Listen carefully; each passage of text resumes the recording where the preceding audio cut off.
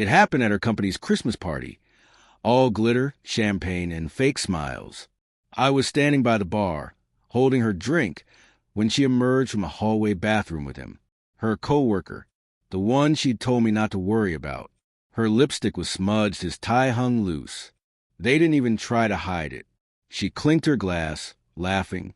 "Everyone," she said, voice bright with champagne and ego. "This is Ethan, my real partner. My husband's just here for appearances." The room roared with laughter. Someone muttered. Someone else tried to change the subject.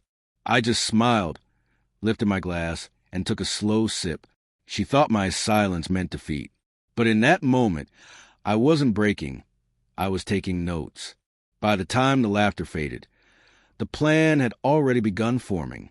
We'd met years ago, both nobodies, 2 interns in a small startup.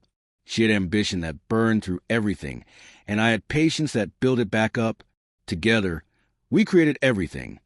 Her career, our home, my consulting business that quietly funded her climb. She said we were a team, and I believed her.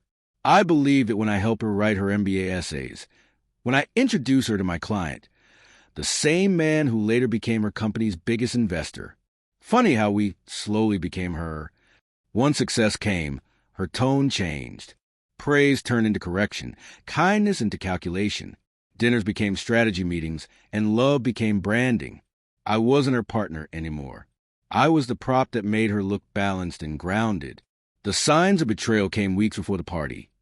A hotel receipt in her coat pocket, a message from Ethan C., room 312 again, and a credit card charge I didn't make.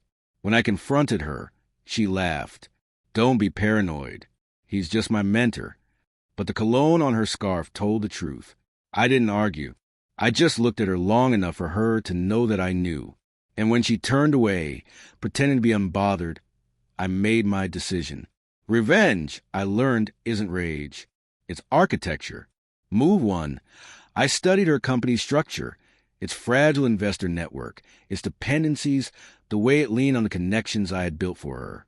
Half of her department's success came from vendors and consultants who owed me favors. Move 2. I reactivated an old business account tied to my consulting firm, one she still used for minor expenses. What she didn't know was that the account remained legally under my name. Every project she approved through it was technically under my control. Move 3. I scheduled a polite email to her company's compliance team, flagging irregular vendor payments linked to my firm. I copied the investor representative, worded it as concern for best practices. Move 4. I met privately with that same investor, a friend really, and casually mentioned a rumor about favoritism between a manager and her subordinate. I didn't say who. I didn't have to. He could connect the dots. Move 5. I waited, because true revenge doesn't need to be delivered. It unfolds on its own. 3 days after that party, before sunrise, my phone buzzed nonstop. Her messages were frantic. "What did you do?" "They're investigating everything. Our accounts are frozen. Please answer." I didn't reply. The audit team had found inconsistencies, conflict of interest between her department and outside vendors.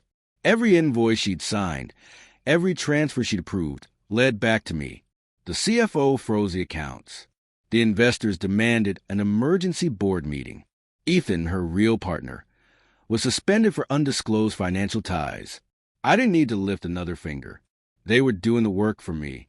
When she called the 5th time, I answered. Her voice was breaking. "You ruined everything. Do you have any idea what they're saying about me?" I waited, then said quietly, "Just for appearances, remember?" And hung up. The fallout was brutal. Her company, proud of its integrity, couldn't ignore the scandal once the audit results leaked. Screenshots of payments, timestamps, cross-checked records. The media called it favoritism, possible fraud. The board acted fast. Ethan was fired. She was suspended. At the shareholders' meeting, the investor I'd once introduced her stood and requested disclosure of all related party transactions. Her name appeared on almost half. Her father sat in the audience, his expression a portrait of disbelief and disappointment. She wasn't just discredited. She was erased. I watched it all unfold quietly from home, sipping coffee, scrolling through headlines. A week later, she came to collect her things. No makeup, no confidence, no mask. Just silence. She stood in the doorway of the apartment that once felt like our beginning.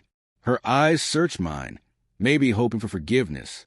All I said was, "You used me for appearances. Now you're just living with the consequences." She didn't argue. She nodded and left.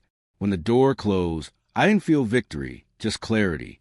Because real revenge doesn't shout. It breathes. Slow, quiet, inevitable. I sat back at my desk, opened my laptop, and looked at the new offers flooding in. Companies wanted to work with me. Doors opening where hers had slammed shut.